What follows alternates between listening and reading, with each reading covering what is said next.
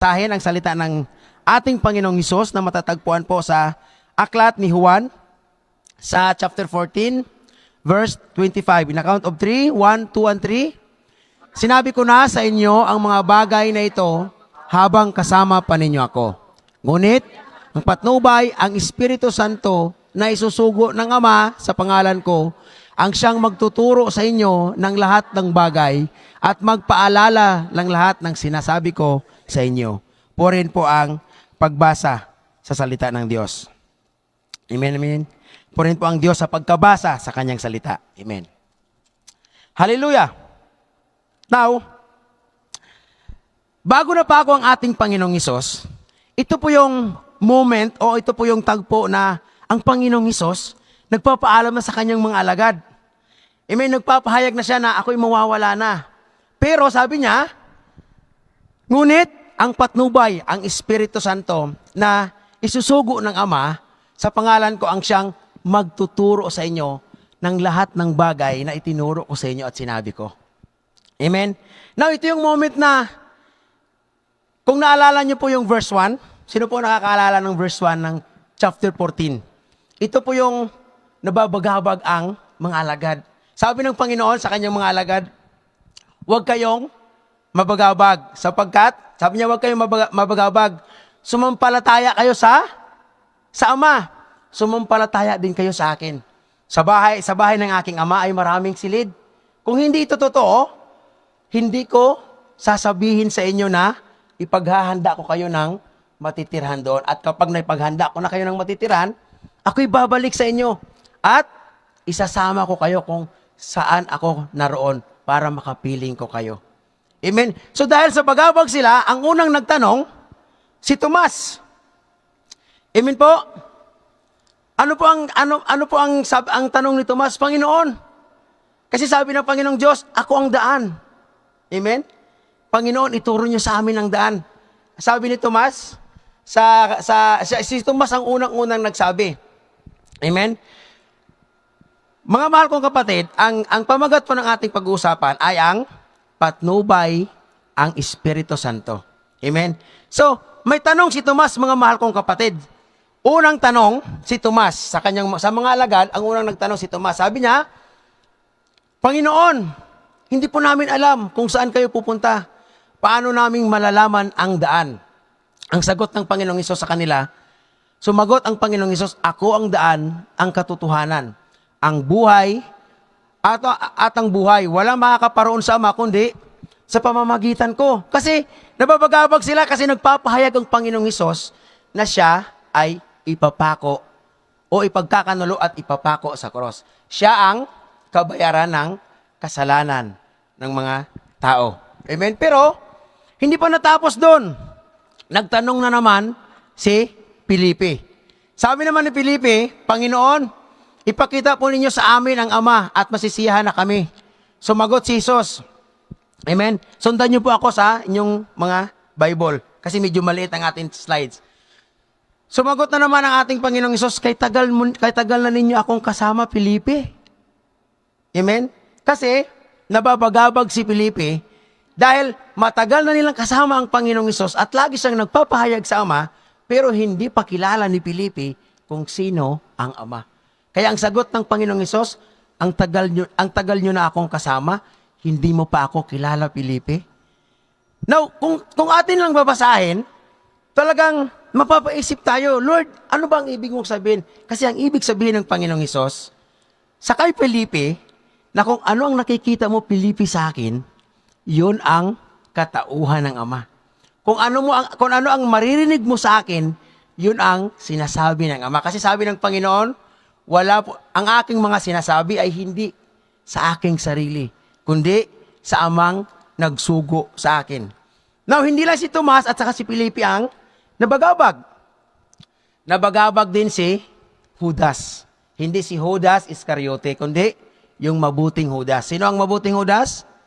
Si Judas Tadeo. Sabi ng verse 22, tinanong siya ni Judas, Panginoon, bakit po sa amin lamang kayo magpapakilala ng lubusan at hindi sa sanlibutan? Now, sumagot ang ating Panginoong Hesus, ang umiibig sa akin ay tumutupad ng aking salita. Iibigin siya ng Ama at kami ay pupunta at mananahan sa Kanya. Ang hindi tumutupad sa aking mga salita, ang hindi umiibig sa akin. Ang salitang narinig ninyo ay hindi sa akin, kundi sa Amang nagsugo sa akin. Amen?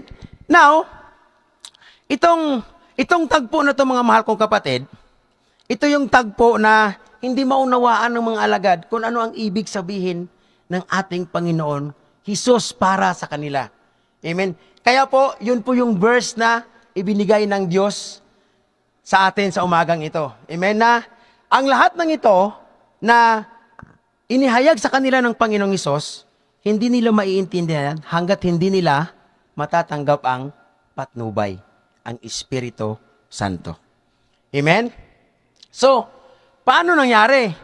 Paano nila maaalala na ang lahat ng sinabi ng Panginoong Hesus ay tunay? Paano nila maiintindihan na ang lahat ng sinabi ng Panginoong Hesus ay totoo? Amen? That time, kung ating pong maalala, last 3 weeks, nung ang Panginoong Hesus ay ipinako sa cross, anong nangyari sa mga alagad? Anong nangyari sa kanila?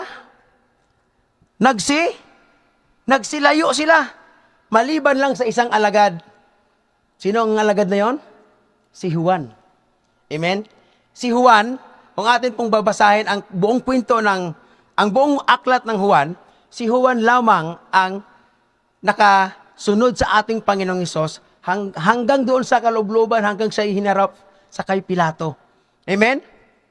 Si Juan, ang tawag doon, John the Beloved, yung nakahiligan sa dibdib ng Panginoong Hesus. Amen? Kahit si Pedro hindi nakasunod, mga mahal kong kapatid. Amen? Doon sa nanatili, doon sa may gate. Doon sa may nagpapaapoy. Amen? Hanggang sa narinig ni Peter yung tilaok ng manok at naalala niya sinabi ng Panginoong Hesus.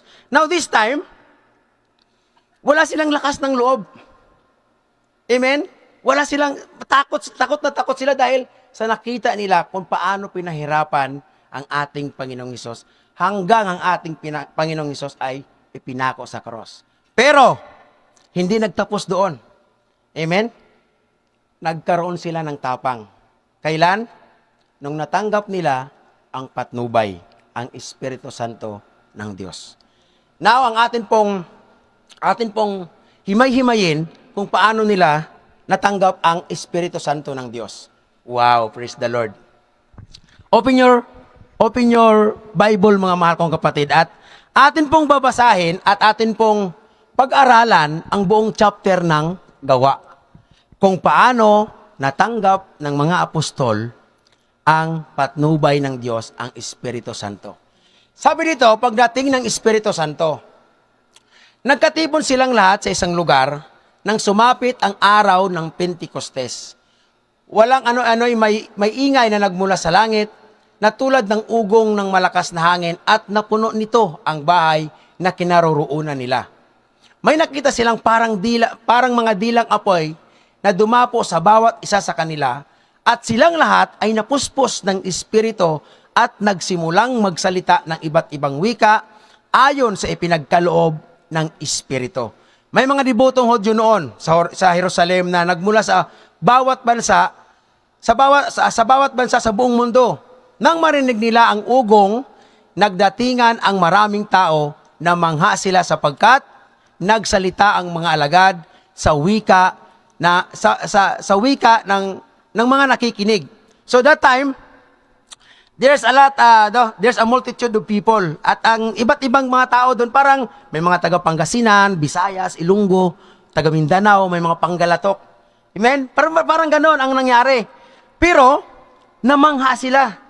Dahil, sabi dito, may mga debutong mga Hudyo sa Jerusalem na nagmula sa bawat bansa sa buong mundo. Nang marinig nila ang ugong, nagdatingan ang maraming tao na mangha sila sapagkat nagsasalita ang mga alagad sa wika ng mga nakikinig. Amen? Tandaan natin ang mga halagad, sila po ay mga Israelita, mga Hudyo po sila. At maraming mga ibang tao na nandoon na nakakakita at nakawitness sa kanila. Amen? Pero yung mga taong galing sa ibang bansa, namangha sila sa mga alagad. Ano sabi? Sa pagkamangha, nagtataka ay kanilang sinabi, hindi ba mga taga Galilea silang lahat? Bakit sila nakapagsasalita ng ating wika? Tayo'y mga taga Parsya, Media, Elam, Mesopotamia, Judea, at Cappadocia, Punto at Asya. Mayroon pa sa ating taga Phrygia at Pampilya, Ehipto at sa mga lupain ng Libya na malapit sa bayan ng Sirin. At mga nagmula sa Roma, mga Hudyo at mga Hintil na nahikayat sa pananampalatayang Hudyo. May mga taga Krita at Arabia rin. Paano sila nakapagsasalita sa ating mga wika tungkol sa mga kahanga-hangang ginawa ng Diyos? Hindi nila lubusang maunawaan ang nangyari kaya't nagtanungan sila, ano ang kahulugan nito? Amen? Now, parang ganito. Ako, like for example, Ilonggo ako. Pero, bakit ako nakapagsalita ng Panggalatok? Amen? Yung mga taga-Panggalatok na mga taga-Pangasinan, namamangha sila. Di ba Ilonggo yan? Bakit siya nakapagsasalita ng ating wika? Amen? Hindi nila maunawaan dahil ang nakakaunawa lang nun, ang Diyos. At ang mga apostol na pinagkalooban ng banal na Espiritu na mula sa Diyos. Amen po? Namangha sila. Ngunit, sabi nila, may ilang nagsabing, pakutya, lasing ang mga yan. Amen? Bakit kaya nasabi nila lasing ang mga yan? Kasi, pag ang tao, puspos ng banal na Espiritu, ano po ang ating nakikita sa taong lasing? Parang hindi mo maiintindihan kung ano ang nangyayari sa sarili mo. Amen? Kahit na maglakad ka pang matuwid, paganon ka pa rin. Amen? Pasubsob ka pa rin. Minsan paatras. Amen? Tapos, yung pananalita mo, hindi mo maiintindihan. Paglasing ka, ha? Ang iyong iniisip, hindi mo rin nababantayan paglasing ka. Minsan, nakakagawa ka na ng kalalaswaan, kabastusan, at yung pag-aalipusta sa ibang tao, paglasing ka. Amen? Pero, ito, ang mga taong ito, ang mga apostol, lasing sila sa banal na Espiritu ng Diyos. Hindi po sila lasing sa alak, kundi sa Espiritu ng Diyos. Tingnan nyo po, sino naka-attend na ng convention? Like for example, sa EGR. Amen? Like for example, sa mga retreat. Amen? Usually, pag ang isang individual ay pinuspos ng Espiritu ng Diyos, hindi niya maintindihan o hindi natin maiintindihan, tayo mismo na nakatingin sa Kanya kung ano ang nangyayari sa Kanya. Ang nakakaintindi nun, siya at ang Espiritu Santo. Amen? Sabi nila, lasing lang ang mga yan. Kasi itong mga tao na to na nagsabi, lasing lang ang mga yan, I'm sure mga lasinggirong mga taong ito. Amen? Paano mo masasabi sa isang tao na lasing ang mga yan kung ikaw mismo hindi ka naka-experience kung ano ang ugali ng isang tao pag nalalasing? Amen? Pero ano ang sabi ni Pedro? Ano ang sabi ni Peter? Sabi ni Peter, sobra yata, bro. Yun na yun? Oh. Sige, next. Sabi ni Peter, ito yung tagpo na, nung narinig ni Peter, ang sinabi ng mga tao sa paligid niya, nagkaroon si Peter ng tapang. Pero kung atin pong babalikan, yung bagong ipinako ang ating Panginoong Hesus, bago na matay at muling nabuhay ang ating Panginoong Hesus mula sa pagkapako sa cross, si Peter mismo ang nagtatwa sa ating Panginoon. Amen? Si Peter kasi mga mahal kong kapatid, may ugali siyang impulsive, parang barabara. Nung hinuli ang Panginoong Hesus, sino ang nagdipinsa sa Panginoong Hesus? Si Peter mismo. Tinaga niya pa nga yung tainga ni Malco. Amen? Sabi ng Panginoong Hesus, ibalik mo yan. Amen? Tapos, pinagaling ng Panginoong Hesus ang tainga ni Malco. Pero this time, nung natanggap ng mga apostol ang banal na Espiritu, si Pedro mismo ang unang-unang tumayo at nagpahayag kung ano ang ang kung ano ang layunin ng Diyos para sa mga tao. Sabi niya, kaya tumayo si Pedro kasama ng 11 apostol at nagsalita ng malakas. Mga taga-Hudeya at kayong lahat na nakatira sa Jerusalem, pakinggan ninyong mabuti ang sasabihin ko. Hindi lasing ang mga ito. Amen? Gaya ng palagay ninyo, alas 9 pa lamang ng alas 9 pa lang ng umaga ngayon. Amen? Bakit kaya sinabi ni Peter alas 9? Kasi usually, ang mga lasinggero, katulad nung sabi nung una ng kotya, usually kasi pag lasinggero ka, sa gabi mo, ginagawa yung paglalasing. Kaya sabi ni Peter, alas 9 pa lang ng umaga, hindi lasing ang mga ito. Kasi hindi nila naiintindihan na ang mga taong ito, ang mga apostol na pinagsabihan ng mga taga-ibang bayan ng Pakutya, ay puspos ng Espiritu Santo. Sabi niya, ang nakikita ninyo'y katuparan ng ipinahayag ni Propeta Joel. Amen? Sabi ng salita ni Propeta Joel, pero itong salita ni Propeta Joel, galing sa Diyos ito mga mahal kong kapatid ha. Sabi niya, ito ang gagawin ko sa mga huling araw. Sabi ng Diyos, ibubuhos ko ang aking espiritu sa lahat ng tao. Ipapahayag ng inyong mga anak na lalaki at babae ang aking mensahe. Ang inyong mga kabataang lalaki ay makakakita ng mga pangitain. At ang inyong matatandang lalaki ay magkakaroon ng mga panaginip. Sa panahong iyon, ibubuhos ko rin ang aking espiritu. Sa aking mga alipin, maging lalaki at maging babae, at ipapahayag nila ang inyong mensahe. Magpapakita ako ng mga kababalaghan sa langit at mga himala sa lupa, dugo, apoy at makapal na usok. Ang araw ay magdidilim, ang buwan ay mapupulang parang dugo, bago dumating ang dakila at maluwalhating araw ng Panginoon, at ang sinumang tatawag sa pangalan ng Panginoon ay maliligtas. Amen? Now, bakit ipinahayag ni Peter ang salita ni Propeta Joel? Bakit hindi niya dinirect yung pangangaral ng ating Panginoong Hesus?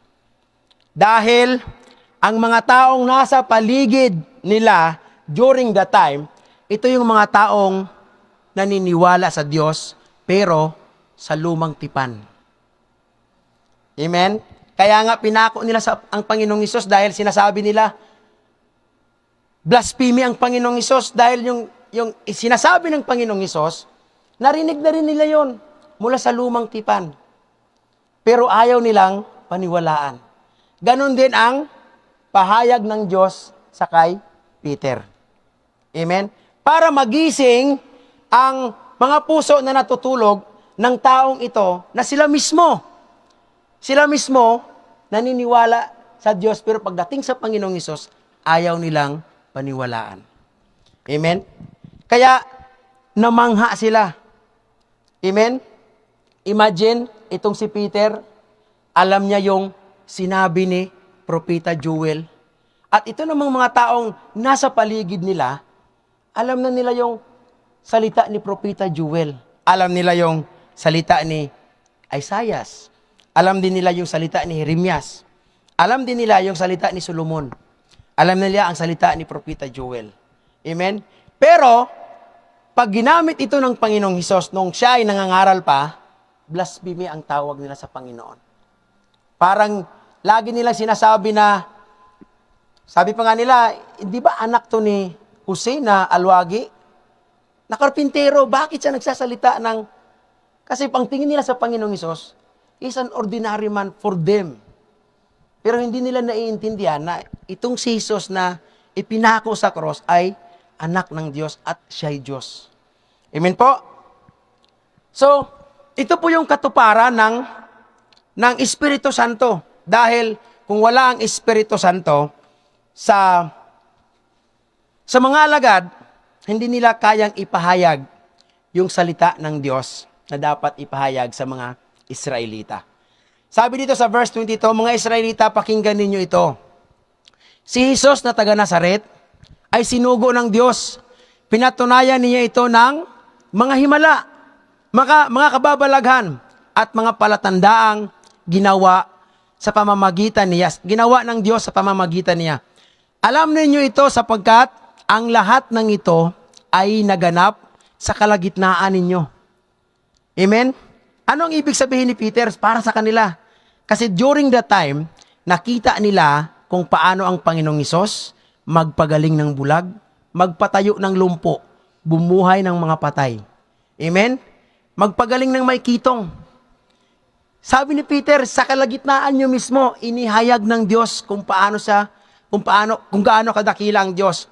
Alam ninyo ito sapagkat lahat ng ito ay naganap sa kalagitnaan ninyo. Sabi niya, ang Hesus na ito, na ipinagkanulo sa inyo ayon sa pasya at kaalaman ng Diyos, sa mula't mula pa ay ipinako ninyo at ipinapatay sa mga taong masasama.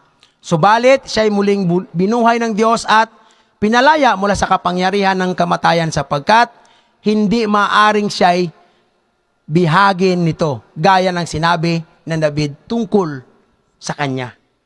Now, another example na naman si Peter. Una, sinong ginamit niyang propeta? Si Joel. Pangalawa, sa kanyang pahayag, si David na naman ang kanyang ginamit. Sabi ni David, nakita ko ang Panginoon na lagi kong kasama. Hindi ako matitinag sapagkat kapiling ko siya. Dahil dito natuwa ang puso ko at ang mga salita ko'y napuno ng galak. At ang katawan ko'y mananatiling may pag-asa sapagkat ang kaluwalhatian ko'y di mo pababayaan sa daigdig ng mga patay. Ang kaluluwa ko'y di mo pababayaan sa daigdig ng mga patay at hindi mo hahayaang makaranas ng pagkabulok. Ang iyong banal na lingkod, itinuturo mo sa akin ang mga landas patungo sa buhay dahil ikaw ang kasama ko ako'y mapupuno ng kagalakan. Itong sulat ni David, ang pagkakaintindi ng mga Israelita, si David lang ito. Pero hindi nila naiintindihan na ang itong sulat ni David ay hindi po patungkol sa kanyang sarili, kundi sa Panginoong Hesukristo. Amen? Kaya, namamangha sila na ginagamit ni Peter itong mga pahayag na ito.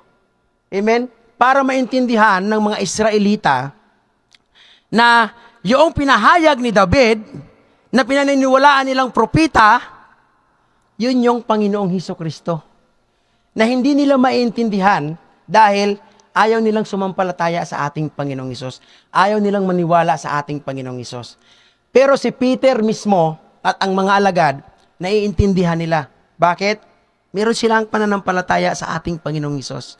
Amen? Tandaan natin, without faith, kailanman hindi magpapahayag sa atin ang ating Panginoong Hesukristo, ang Diyos at ang Espiritu Santo. Amen? Sabi po kung naalala niyo po yung itinuro din ni Paul, amen, sa mga taga-Roma, ito tapos na to, si Paul ay pumunta na sa Roma. Anong sabi ni Paul sa mga taga-Roma? Roma chapter 10, verse 14, 15, and 16. Sabi ni Paul, paano naman sila makakatawag kung wala silang pananampalataya?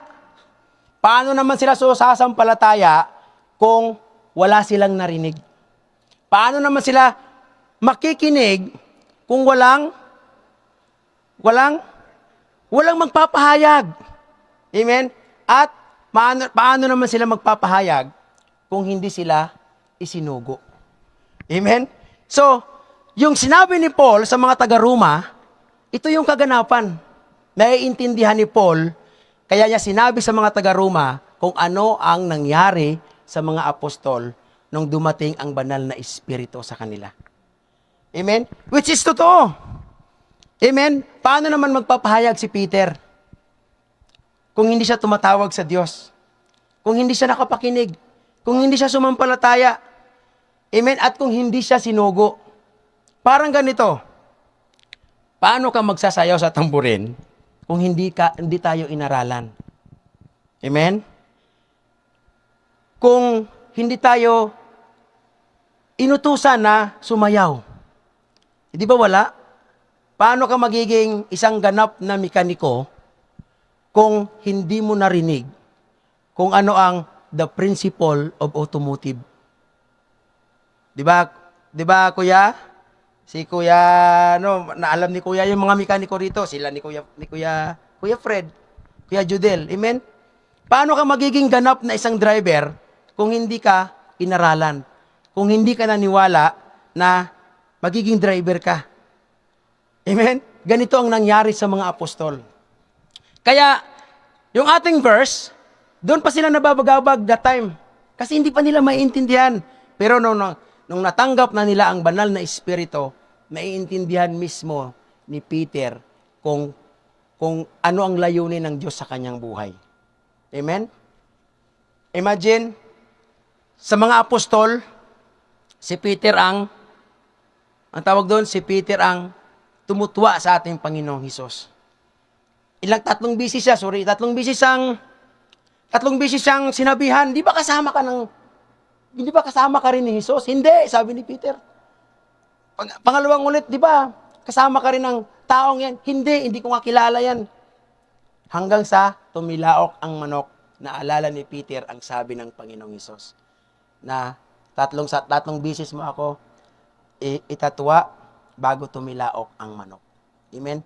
Pero, nung dumating ang banal na Espiritu at natanggap ni Peter, siya mismo ang unang-unang tumatayo sa mga apostol upang magpahayag ng salita ng Diyos. Amen? Now, may tanong ako, baka malito kayo ha. Sino po nagsulat ng Gawa? Hindi po si Peter ha. Sinong nagsulat ng Gawa in your own understanding? In our own understanding. Sino nagsulat ng Gawa? Ang nagsulat ng Gawa, si Lucas. Amen? Pero, kinuwento yan ni Paul kay Lucas nung magkasama sila. Amen? Kaya kung babasahin natin ang chapter 1, mahal kong Teopilo. Amen? Si Teopilo kasi Griego po yan, mga mahal kong kapatid. Si Lucas, Griego din po yun. Si Lucas, physician po yan ni Paul. Siya po ang gumagamot kay Paul nung si Paul ay nagkakasakit na. Lahat ng sinalaysay ni Paul, isinulat ni Lucas para maintindihan ng mga hintil. Kasi yung Griego si Teopilo. Amen? So, sabi dito sa verse 29, sabi ni Peter, mga kapatid, may katiyakang sinasabi ko sa inyo na ang ninuno nating si David ay namatay at inilibing at narito ang kanyang libingan hanggang ngayon. Siya'y propeta at alam niya ang pangako sa kanya ng Diyos na magiging hari tulad niya ang isang magmumula sa kanyang angkan. Noon pa man ay nakita na ni David ang muling pagkabuhay ni Kristo at ipinahayag niya ito ng kanyang sabihing hindi siya pinabayaan sa daigdig ng mga patay at hindi nakaranas ng pagkabulok ang kanyang katawan. Which is totoo. Amen? Totoo. Kasi ang Panginoong Hesus, after siyang namatay sa cross, inilibing siya. Akala ng iba, patay talaga siya, pero hindi siya namatay. Amen? Nabuhay siyang maguli. Amen? So, yung nangyari sa Panginoong Hesus, ang lahat na nangyari sa Panginoong Hesus, bago dumating ang time na yun na ipinako at muling nabuhay ang ating Panginoong Hesus, ipinahayag na yan ni David sa mga Israelita. Amen? Pero, nakakalimutan ng mga Israelita kung sino ang tinutukoy ni David. Amen? Hindi nila matanggap-tanggap na ito palang tao na to na ipinako sa cross, siya pala ang Kristo at anak ng Diyos. Amen? Kasi, ang mga Israelita kasi, naghihintay pa rin sila ng Misaya. Naniniwala kayo doon? Na kahit ngayon, may mga Hudyo pa rin na naghihintay sila ng Mesiya. Pero, sabi nga, mapalad ang mga taong pinagkalooban ng Espiritu Santo. Bakit? Sila lang ang makakaintindi patungkol sa Panginoong Hesus. Amen. Sabi dito sa verse 32, ang Hesus na ito ay muling binuhay ng Diyos. At saksi kaming lahat sa pangyayaring ito. pinaupo siya sa kanan ng Diyos at tinanggap niya mula sa Ama ang ipinangakong Espiritu Santo. Ito ay kanyang ibinuhos sa amin tulad ng inyong nakikita at narinig. Hindi si David ang umakyat sa langit, sabi ni Peter, kundi sinabi lamang niya, sinabi ng Panginoon sa aking Panginoon, maupo ka sa kanan ko hanggang lubusan kong mapasuko sa iyo ang mga kaaway mo. Amen? Ang Panginoong Hesus, He is sitting the right throne of the Father. Amen? Until such time na dumating na yung tamang oras sa paghuhukom, mga mahal kong kapatid. Amen? Tandaan po natin na ang ating buhay, meron po talaga itong ending. Hindi siya mananatili. Kung ano mang ang ganda meron tayo, hindi yan mananatili. Darating ang araw, talagang kukulubot at mamamatay tayo. Amen? Kaya, sabi nga ni Paul, huwag ang mga bagay na panlabas ng ating pagtuunan, kundi ang bagay na espiritual. Kasi itong panlabas, hanggang sa lupa lang siya. Amen? Ang espiritual na buhay, hanggang doon sa eternal. At ang eternal ay dalawa. Eternal death at eternal life. Amen? Kailangan, hindi siya pwedeng tawid-tawirin natin ito pagdating ng araw. May isang lugar lang tayo na pupuntahan. Amen? Kaya dito, nung nagpahayag si Peter sa mga Israelita, anong nangyari sa kanila? Kaya't dapat malaman ng buong Israel na itong si Jesus ay pinako ninyo sa cross ay siyang ginawa ng Diyos na Panginoon at Kristo. Anong nangyari sa mga nakikinig? Nabagabag ang kanilang kalooban nang marinig nila ito. Kaya tinanong nila si Pedro, tinanong nila si Pedro at ang ibang mga apostol, mga kapatid, ano ang dapat namin gawin? Sumagot si Pedro sa kanila, pagsisihan ninyo at talikuran ang inyong mga kasalanan at magpabautismo kayo sa pangalan ni Hesukristo upang kayo'y patawarin at tatanggapin ninyo ang kaloob ng Espiritu Santo. Tandaan natin, without pagsisisi, without repentance, and without acceptance sa ating Panginoong Hesus, kailanman hindi natin matatanggap ang Espiritu Santo ng Diyos. Tingnan nyo po in my own observation, ang ating mga kapatid, kahit na dito sa mga kapatid, nagtuturo kami, pero hanggang turo lang kami. Yung pagkakalob ng Espiritu Santo, hindi na sa amin yun, sa Diyos yun. Minsan, tayo na mga natuturo, talagang gusto natin gawin ganito. Amen? Habang tinuturuan mo sila how to pray, tapos pag nag-pray sila ng maiksi, parang gusto mong, dapat ganitong i-pray mo, ganito. Amen? Pero, hindi natin sakop yun. Sakop yun ng Diyos at ng Espiritu Santo. Amen? Namangha ako. Last Wednesday, natapos ang aming aralin sa discipleship, the way na mag-pray ang mga kapatid ng mga estudyante, napakaiksi.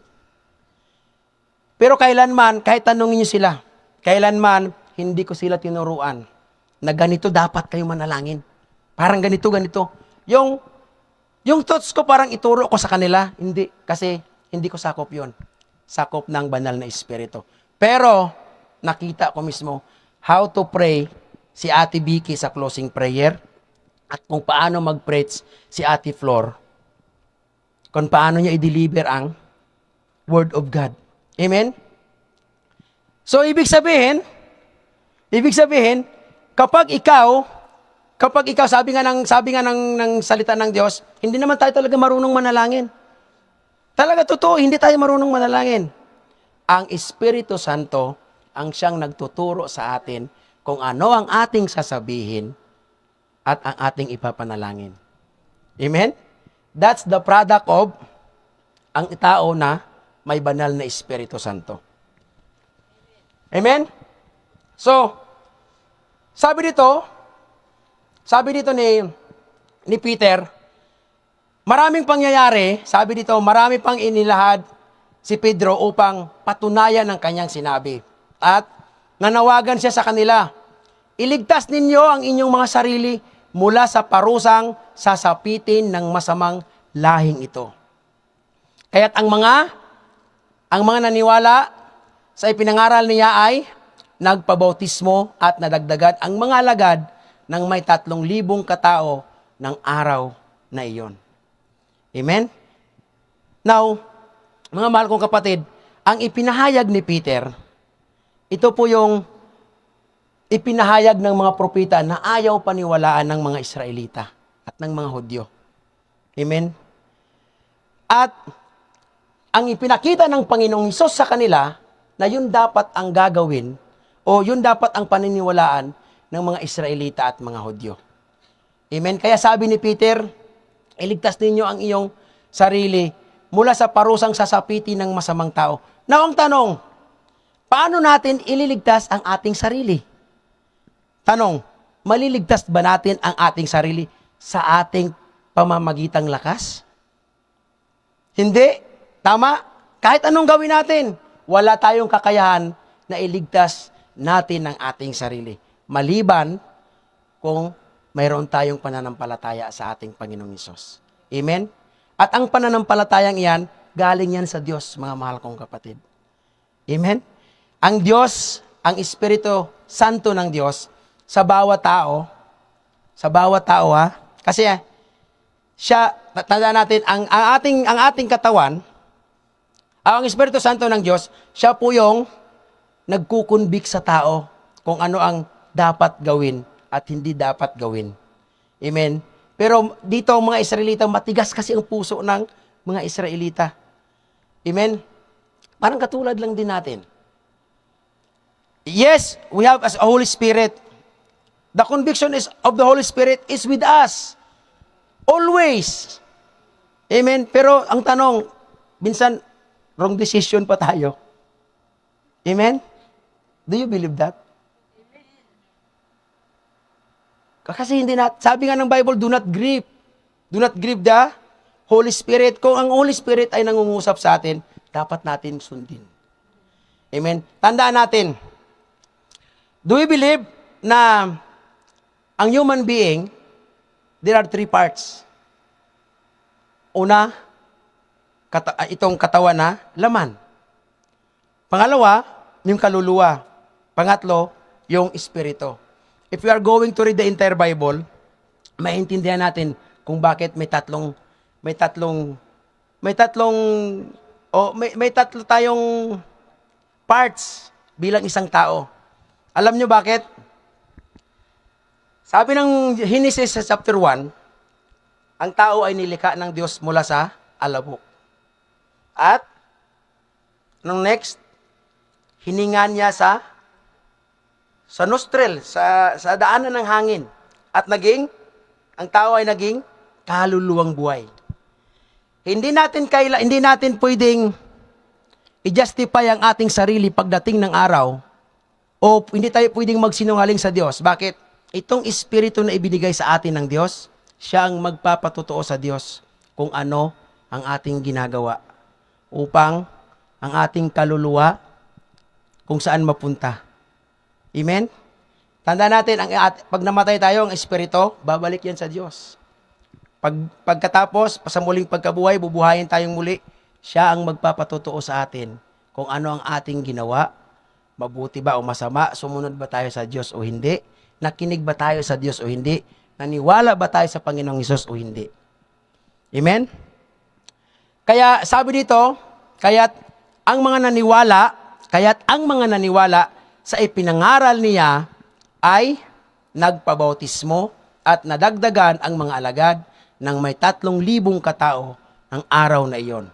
Inilaan nila ang kanilang mga sarili upang matuto sa turo ng mga apostol, magsama-sama bilang magkakapatid, magsalo-salo sa pagkain ng tinapay at manalangin. Amen? Nung that time na yon, nung tumanggap sila sa Diyos, nung tinanggap nila ang Panginoong Hesus sa pamamagitan ng pahayag ni Peter, nadagdagan ang mga mananampalataya sa ating Panginoong Hesus. At wala silang ibang ginawa, kundi nagkakatipon sila araw-araw. Amen? Sa hapagkainan, salo-salo sila. I'm sure wala silang ibang pinag-uusapan, kundi ang buhay ng ating Panginoong Hesus. Amen po? Sabi po dito, dahil sa maraming himala at kababalaghan, ginawa sa pamamagitan ng mga apostol sa Jerusalem, naghari sa lahat ang takot. Nagsama-sama ang lahat ng mga sumasampalataya at ang kanilang mga ari-arian ay itinuring na parang sa lahat. Amen? Ikaw ba naman? Yung mga tao na yon, nakita natin ng ganon ang nangyari sa kanila nung bumaba ang Espiritu Santo ng Diyos, hindi ba tayo matatakot?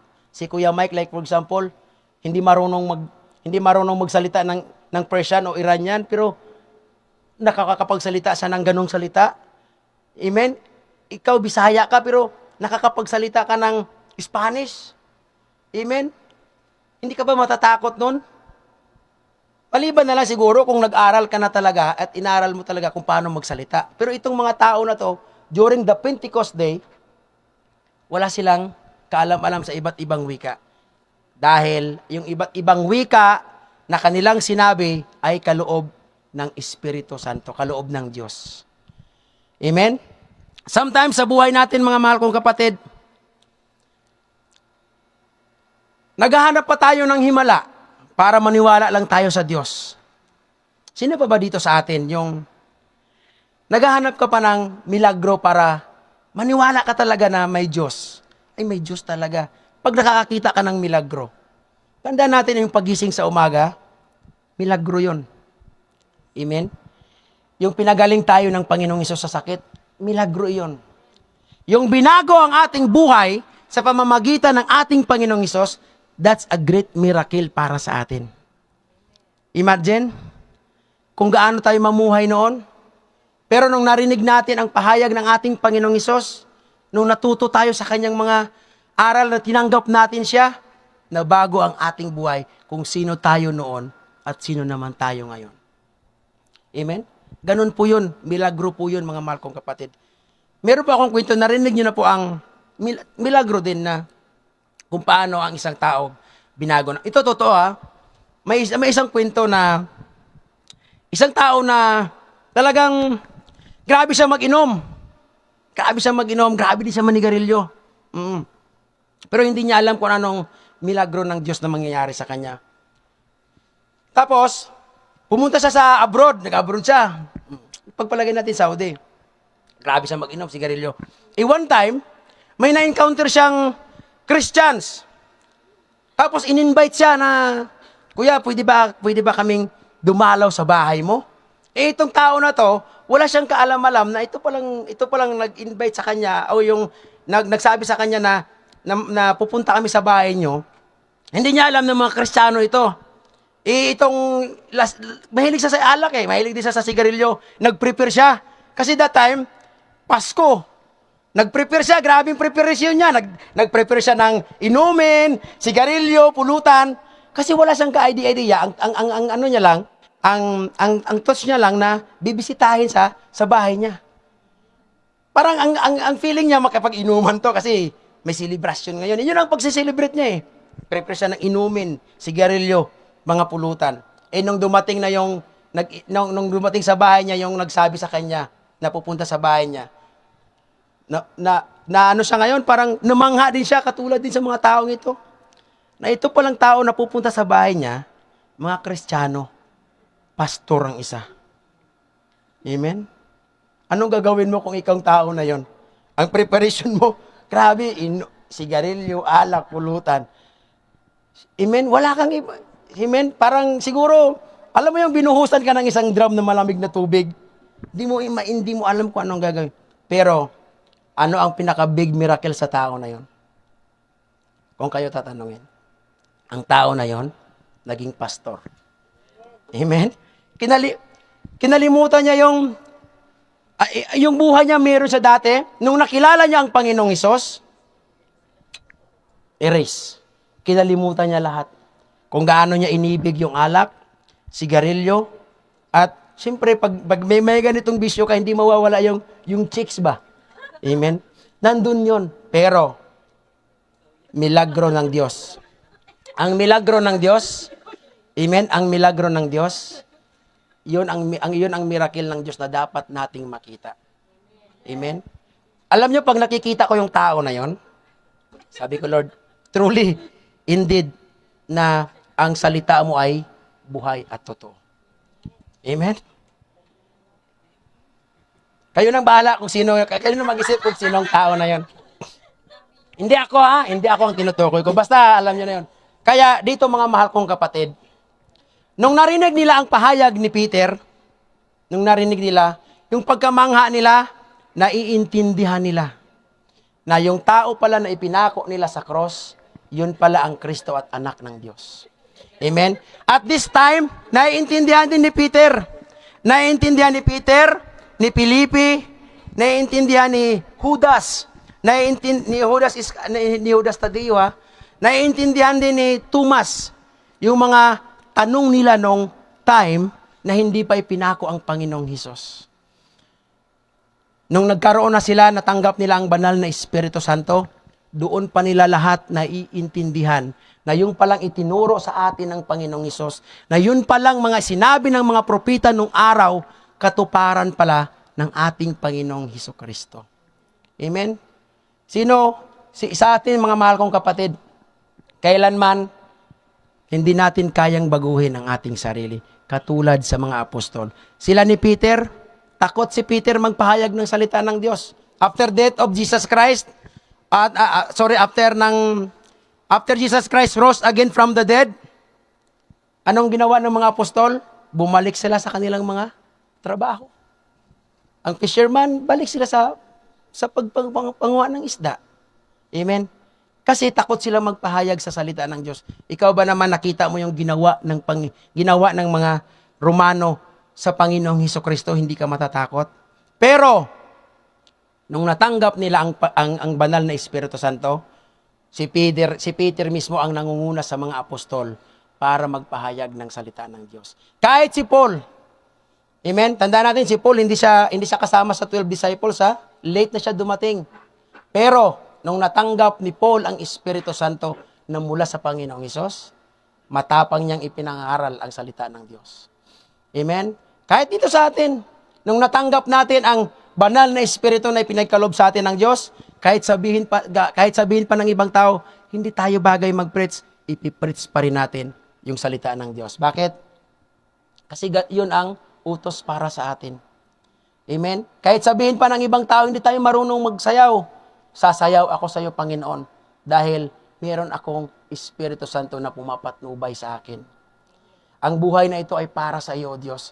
Yan ang buhay ng mga apostol nung natanggap nila ang patnubay, ang banal na Espiritu Santo. Kaya tanungin natin ang ating sarili kung ano ang ating pamumuhay sa ngayon. Lord, meron ba talaga akong Holy Spirit?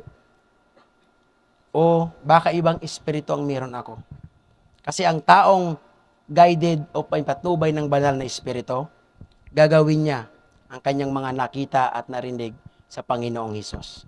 Katulad ng ginawa ng mga apostol. Amen? Mga mahal kong kapatid, tandaan natin mga mahal kong kapatid, ang ating temporaryo lang. Amen? Parang kailan lang, 10 years lang. Wala na, matanda na. Amen? Kulubot na. May salamin na. Amen? Ano ang susunod? Gout. Amen? Sakit na. Ang pinaka worst kung uupo tayo sa digulong na upuan. Amen? Pero ang pinakamaganda, kung habang malakas pa tayo, gagamitin natin ang ating lakas sa paglilingkod sa ating Panginoong Hesus. Katulad ng ginawa ng mga apostol. Naging martyr sila, mga markong kapatid. Alam niyo po pag sinabing martyr, yung kahit na sobrang-sobra ng ginawa sa'yo, nandun ka pa rin. Nandun ang mga apostol. Kahit napatay. Kahit sabi nga ni Paul, mamatay man o sa mabuhay, mamatay ako sa Panginoong Hesukristo. Amen? Yun ang pagiging martir, mga mahal kong kapatid. Kaso nga lang, yung pagiging martir natin, sa maling kapamaraanan natin ginagamit. Sabi nga ng isang narinig mo na ba yung kwento ng tatlong tanga? Kasi yung babae, kahit giniluluko na siya, doon pa rin siya, martir pa rin siya sa lalaki. Sabi ng kaibigan niya, narinig mo na ba yung ang kwento ng tatlong tanga? Sabi niya, hindi pa. Pang-apat ka. Amen? Tayo mga mahal kong kapatid, dapat, ano man ang sabihin nila sa ating pananampalataya, hindi dapat tayo mawindang. Katulad ng mga apostol. Mamatay man tayo o sa mabuhay, mamatay tayo sa ating Panginoong Hesukristo. Bakit? Bakit?